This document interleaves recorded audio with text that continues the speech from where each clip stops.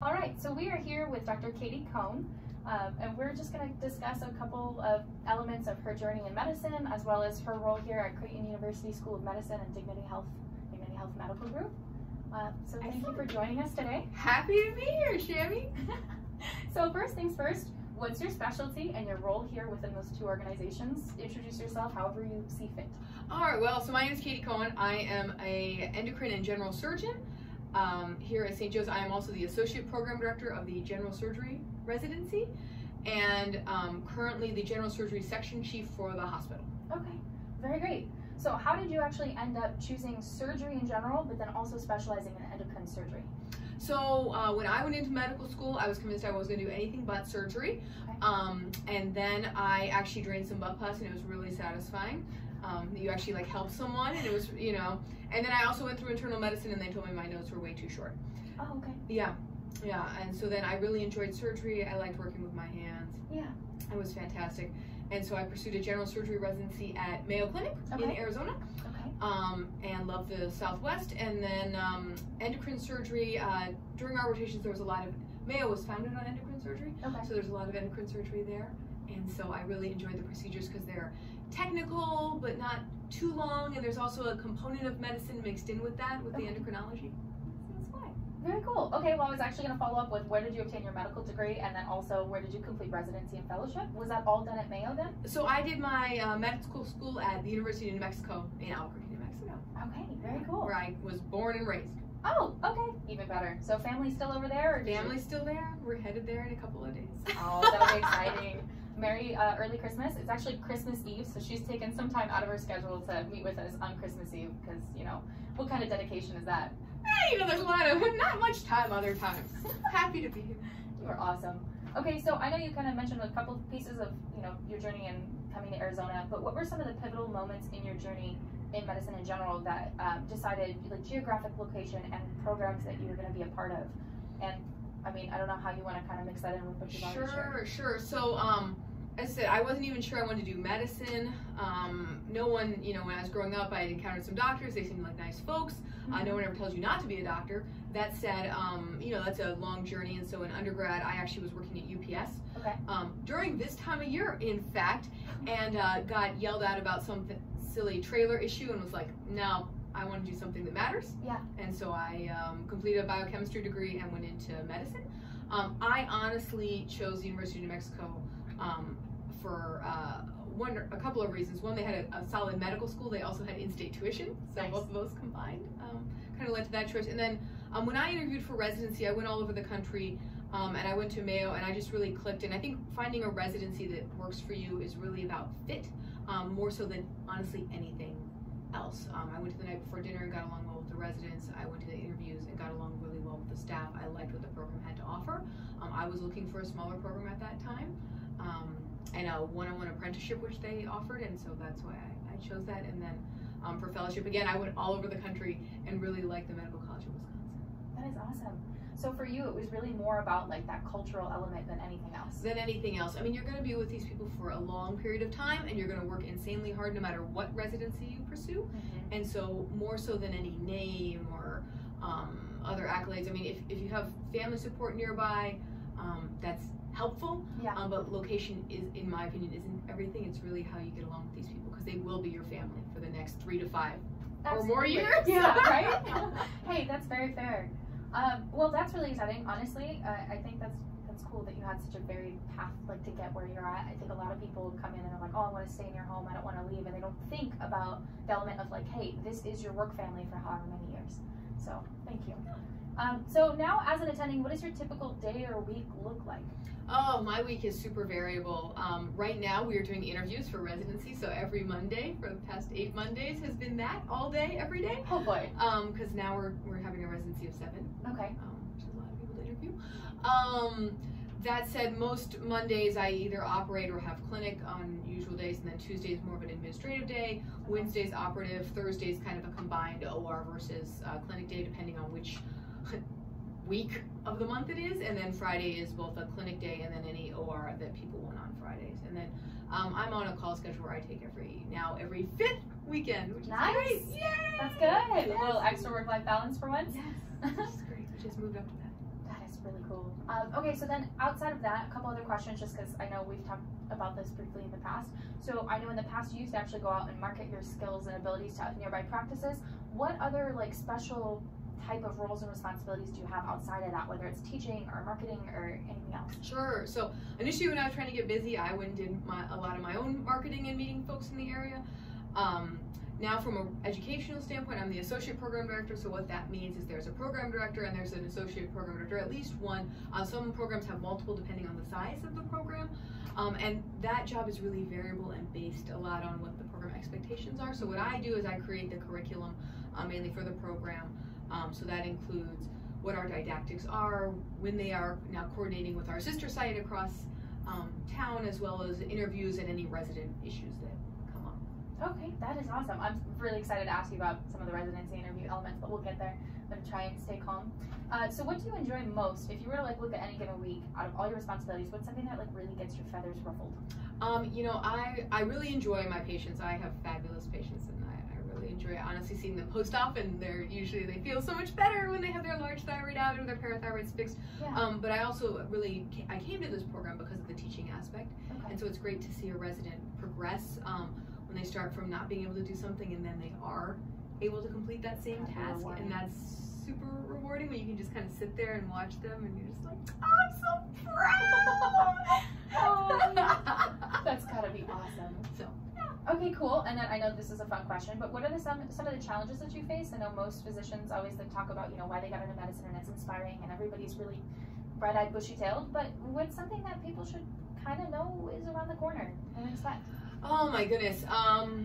Things we don't ever talk to you guys about, I think, are, you know, honestly, after you get out of residency, contracts and what that all means. And then there is just a lot of mundane paperwork that you just have to stay up on, or if you get behind, it can get really overwhelming, or you can have like this going on.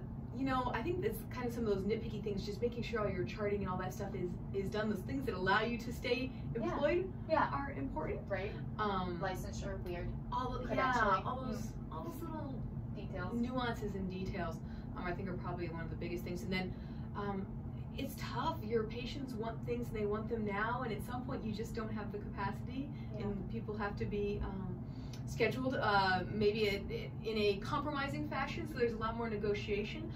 Also having a phenomenal assistant like mine has been incredibly helpful, because she controls my life and also is able to tell me no, and listening to no and being humble are probably two of the most important things. You do not know everything just because you're a doctor. Yeah, that's great. Which I think is really important to acknowledge. Yeah. In everyone's future, of course. And then yes, having people around you who are supportive and helpful. That is awesome. Okay, cool. I think that's really helpful, and I don't think a lot of people get to hear that side of things, so thank you for answering that. Now here's the part that I think is going to be cool for some of our students, especially those who are going through pathology and want to rip their hair out right now. I think they want to know what's relevant and that be reassured that they're learning what they should, right? So as an endocrine surgeon, what are some of the common conditions, pathologies that you encounter? I know lots of thyroid, hyperthyroid. Yeah, so I encounter a lot of thyroid diseases which come in multiple forms. One is hyperfunctioning thyroids, thyroid nodules, or thyroid cancer are kind of the main things that I treat, or really fun, huge goiters, which is also just awesome. I did go over to Africa in a mission trip and took out some of those, which was amazing. So that's a great opportunity to help. And then I do parathyroid, so hyperparathyroidism, primarily primary hyperparathyroidism, and then adrenal surgery, which is a whole interesting sect of the business. Okay, awesome. And what's your favorite surgery or procedure if you have one? Gosh. Or just something exciting. I don't know. Probably the big goiter is super fun. Yeah. Yeah, when you're able to like scoop it out, something that goes kind of down into the chest, and you're able to just pop it out, and then you have this big. The smaller ones, I mean, they're fun, but they're not as rewarding. You know, and the cancer ones are just, I mean, they can just be technically challenging, but you do a lot of good for the patient. That is awesome. Okay, so I know we talked a little bit about your involvement with the residents and medical students already. Is there anything you want to add on that one as far as like, I don't know, any day-to-day stuff? Oh my goodness, I mean, I really enjoy interacting with both of our medical students. They're so bright-eyed and bushy-tailed, and our residents as well. I don't know, whatever you go into, just enjoy the opportunity, enjoy every day of it. And it's so great when you're a resident because you actually have all these people around supporting you, so take advantage of that. I cannot stress that enough, because it seems like it's a never-ending saga, but it's actually it's a great time. That's awesome. Before they kick you out of the nest, exactly, right? exactly. And then you're all but you find a job with great colleagues. Awesome. This is giving me goosebumps, and I already know some of these answers. So I don't. Who's listening? Hopefully, he's enjoying it as much as I am. All right. So next part of this is, what are you looking for when it comes to like residency applicants? So the residency application process here, and I think at a lot of places, goes through kind of screening elements. And so we get thousands of applications a year for 7 spots, which is very hard to part out. So as much as we don't want to, we don't want to base it on scores, there are score cutoffs, I think, around the country. Okay. Those are variable, and it will change by year over year. Okay. Honestly. So when you do put effort into your USMLE step scores, it is valuable. You also want to make sure that you do take clinical skills seriously, because every night you have people who are very smart and they get very high knowledge skills, and then they do something silly like fail the skills, which is passed by 90+%, 90+ % of folks. So that's just gonna be a real stain and a bummer on your. So just take all of those exams seriously. If there are deficiencies on your exams, you do want to address those, and I think doing elective rotations at places you're interested in going, or at least geographical regions you're interested in going, is exceptionally helpful, because we also look for ties to at least the Southwest area. Because if you're training your residents, you want to try and keep them as attendings potentially, and so to have that opportunity, kind of like if you were dating someone you don't want to date someone you don't plan on marrying. Right. But you also want them to be interested in that program, so if they show some interest in the Southwest, maybe they're more interested in ending up out here if they're willing to spend a month out here. Okay. Well. That's actually really interesting. So in regards to that, actually another piece of this is, do you see a difference with like foreign applicants? Actually, before I even go to that, and BME scores, that's something that I think a lot of our students are always interested in. Does that actually come across the table as part of the selection process, or is it more focused on step scores and everything else? No, so it's USMLE scores that we. Okay, perfect. That'll make a lot of people really happy. I'll tell you that right now. I don't, and I can't say I. Oh, okay. Well, I'll talk to you a little bit more about that afterwards. All right. I'm like, You're like, that sounds weird. That sounds interesting. No, we do. So all of ours are USMLE steps. You cannot have a felony most of the time. Okay. And then everywhere, visa issues are a big deal. Okay. So that's actually kind of leading into that next question is, do you see, with foreign medical students that get accepted into the program, do you know approximately what the ratio is that you see, and what are the biggest issues or potential positives that come with bringing on someone who is an FMG? Yeah, so I think there's a lot of positives with bringing on FMGs. Issues that we've had here at St. Joe's in particular is we had not taken visas previously. Creighton does take J1 visas now, so that will be an expanded opportunity. Having been at other training programs where foreign medical grads were accepted, I think that just that whole nother just perspective can be really helpful and enhance a program, honestly. That's awesome. Okay, well that's exciting. And then in regards to like training and preparedness, is there anything that you see that might be different between the two? I know that's kind of a taboo question. Oh goodness, it is so dependent on training location, to be perfectly honest with you. That said, doing electives in the U.S. And especially getting a letter from there, I think will take you a long way, particularly as a foreign medical grad, to solidifying, just a foothold in the U.S. If we're looking for people in the Southwest in particular, I mean, then at least something in the U.S. would be, really helpful. Awesome, and then that probably makes sense. I'm assuming you would reach out to, occasionally you're going to be reaching out to people who write these letters to get kind of their point of view, so it helps if you have connections of, these physicians know other physicians who then can speak on your behalf. Yes, I mean, the knowing of people, so if you come to a rotation, introduce yourself to the program director, introduce yourself to the APD, introduce yourself to as many residents, because you never know who knows who, and that's how I got this job, honestly. That's awesome. I was looking for a job, and it was one of my mentors who just happened to know Dr. Frey, who you know, who put me in touch with him and Dr. Bethencourt. Yeah. And got me this job. That is awesome. Who would have known? It's a smaller world than we all know. Absolutely. Those small time worlds are exciting. That said, whatever you post on social media, be aware it is fair game. Folks, listen to that. If you don't have a private account. Yes, yes. We do not look, but I went to a recent educators symposium, and lots of people do look on Facebook, on Instagram, and they'll Google you. Okay, that's actually really good. Honestly, it's totally fair game. I mean, you know, it really is. You put it out there, right? So you can modify that content, and you can modify your privacy settings. Yeah. So do so accordingly. And remember to do this as a staff as well. And we're running across it with some resident issues as well. There are now social media policies. Okay. Yeah, I think that's pretty common in a lot of large organizations like Creighton. I think we just in general, I think medicine is sometimes slower to adopt some of those human resources and professionalism issues than other companies, and so I think we're now coming around to that. Okay, well that's really good for them to know in advance, right? Yes, before you post something about your bachelor or bachelorette party, maybe talk to your friends about tagging. Tag me. Okay. That's awesome. Okay, so then realistically, I know we just kind of started branching into this anyways, but do you have any other advice for medical graduates in general, but any applicants to make their applications stronger? Yeah, I mean, going through these applications, I can tell you some things that will definitely ding you. One I kind of already addressed is the clinical skills. Okay. Just one of those things that you just have to pass it. Yeah. But don't ignore it. Your STEP scores are also great. You do want to spend some time concentrating on those. Having a variety of work experience and volunteer experience, and when you put things down like hobbies, do make sure you know about everything you put down. So if you put down research, be able to speak about that research, because we will ask, and when you can't, you look really silly. Yeah.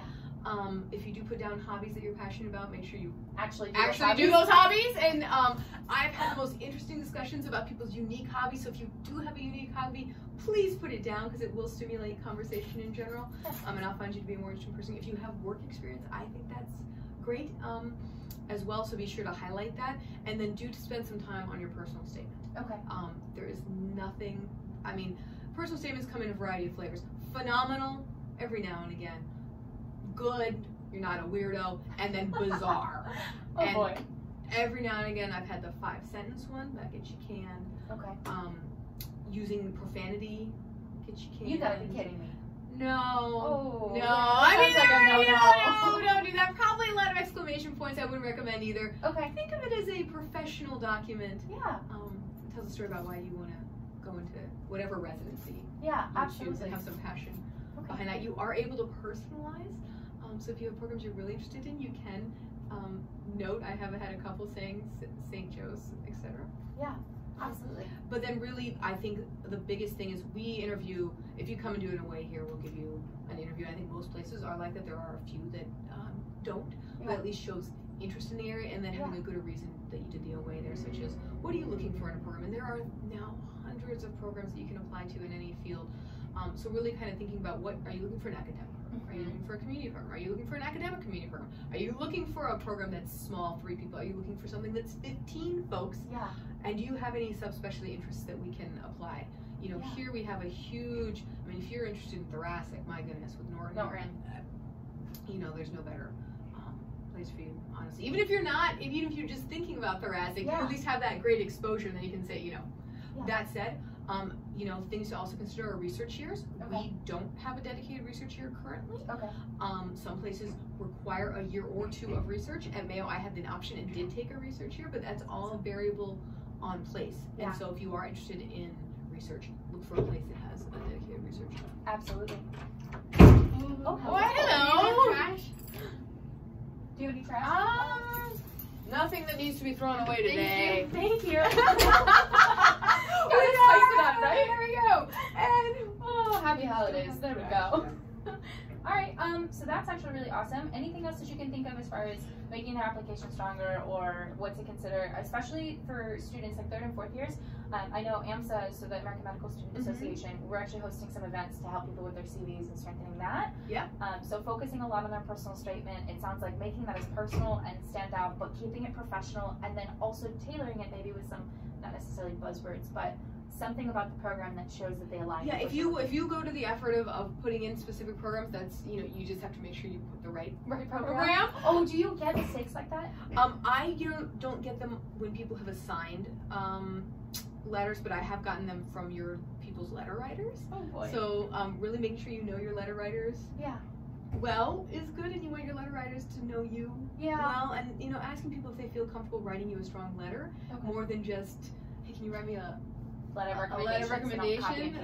Right, because then, you know, you really want to have people who know you more than anything else. And having people in your field, at least from a surgical standpoint, every now and again I've had people only get them from non-surgeons, and that's kind of a tip-off. Yeah. Getting them from away rotations is important as well, because it really shows that you acclimated to that experience, and you give a month to impress some folks, and if they write you a strong letter, you must have done something great. Right. Yeah. And again, you said earlier, you're like, I kind of don't want to work with someone who's a creep. Like, if you're just going to be really awkward for the, you know, few years that you're going to be here, that's going to make it weird for us too. Right. So if you can bond with someone in a few months, that probably is. Probably is a strong, Okay, that's awesome. Yeah. And then now, fun ones. Interview preparation. Is there anything that you would say that, like, maybe even if you want to make this kind of fun, things not to do or things to do, however you want to say this? Let's start with the, I guess there's the things not to do. Oh yeah, I'm excited. Don't wear anything too, I mean, it's a conservative interview day. You want to stand out for looking professional, but not for looking ridiculous. You will be walking everywhere you go, so put the pumps away. Right, of comfortable shoes. A heel's not bad, but maybe not the Louboutins. Maybe right. Maybe not the platforms. You know, with the fish. Not today. I think that's, you know, being friendly and cordial to everyone you meet. If you are a jerk to our coordinators, you will get nixed. Awesome. Like, absolutely. People have done it. As they should be. So if you're rude to anyone, that is a red flag, regardless of how brilliant you are. Yeah. Other things, maintaining good eye contact. Is important.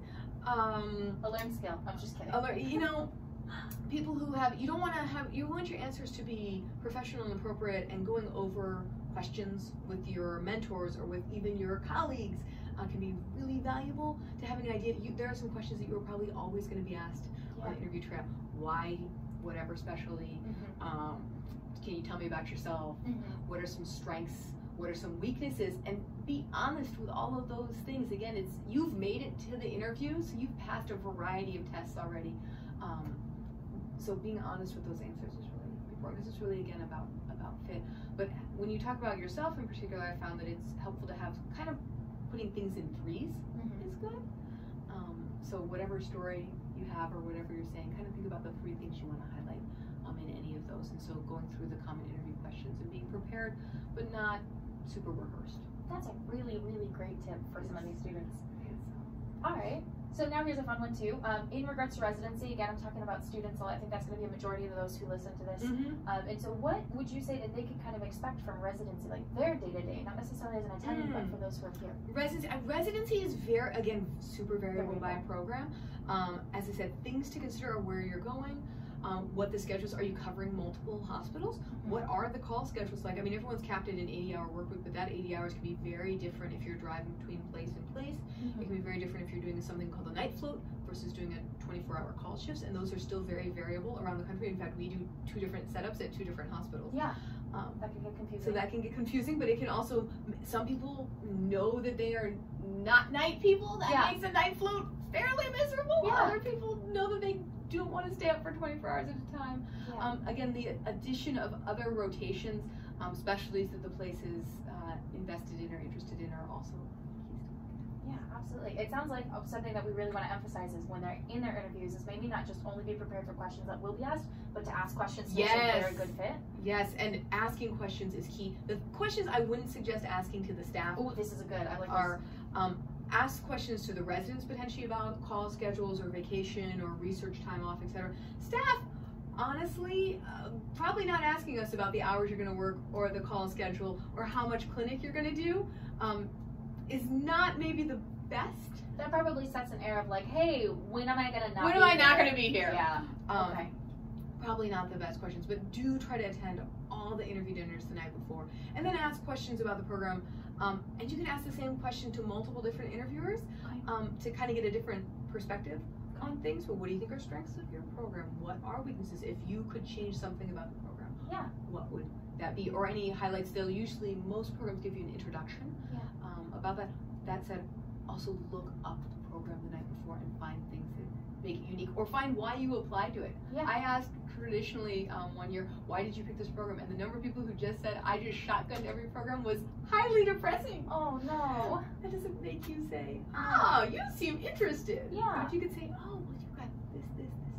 Yeah, absolutely. Just so to be prepared and actually show that you're genuinely interested. Yeah, that's fair. That's fair. That's fair. You have lots of times in airports to do this too.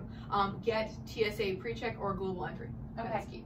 Okay, that's really good. Yeah, with how many interviews if they're flying out, that probably definitely saves itself. $85? It's well worth it because you're going to be late at some point. Yeah. So might as well be prepared. Mm-hmm. Okay, 2 more questions and then we'll be all set. So one other thing, what do you wish that you would see more students develop in regards to skills, traits, things like that? Something that you're like, okay, you could do this. You've got 4 years to prepare. How have you not? Does that ever cross your mind? Some, honestly, you guys are all so well prepared these days. I mean, everyone's really impressive as a candidate, I think.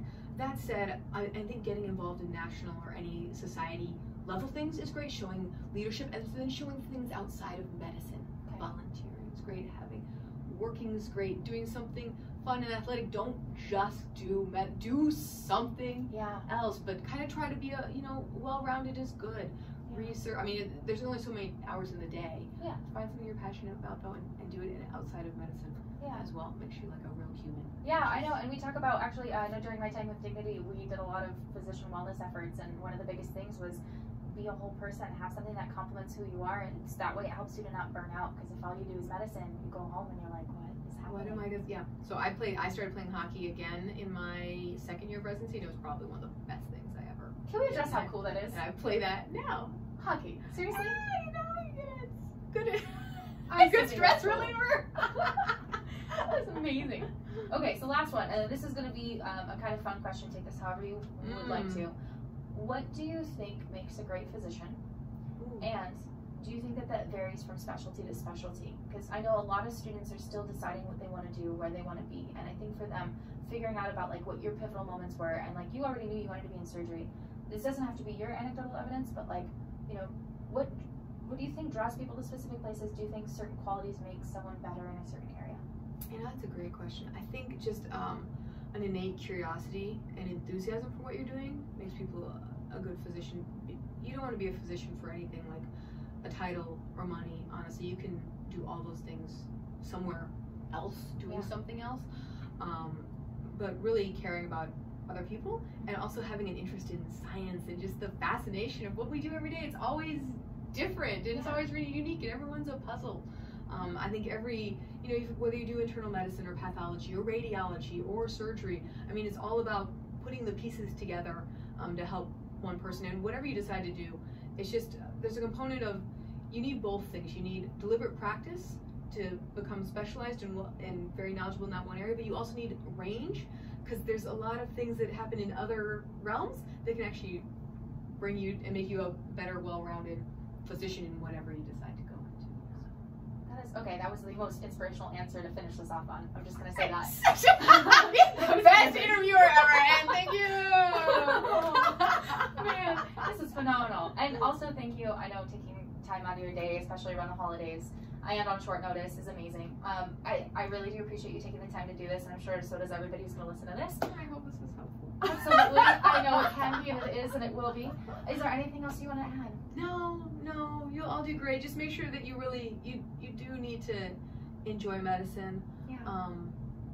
Honestly, it's not worth it to go into it if you don't. Yeah. And that's fine. That is absolutely fine. Like, don't pursue something just because someone else made you do it, or it's something you thought you wanted and then you realize you don't. That's okay. Yeah. I think that's where we see the biggest thing is we do have residents leave and quit and burn out, and physicians you've seen leave and quit and burn out. And I think part of that is that, potentially they probably all went into it for the right reasons, but then something changed. So listen to that. Okay. Because otherwise you do a happy person. Awesome. Right? Oh, you are so great. Okay. Well, thank you so much. Oh, you're welcome.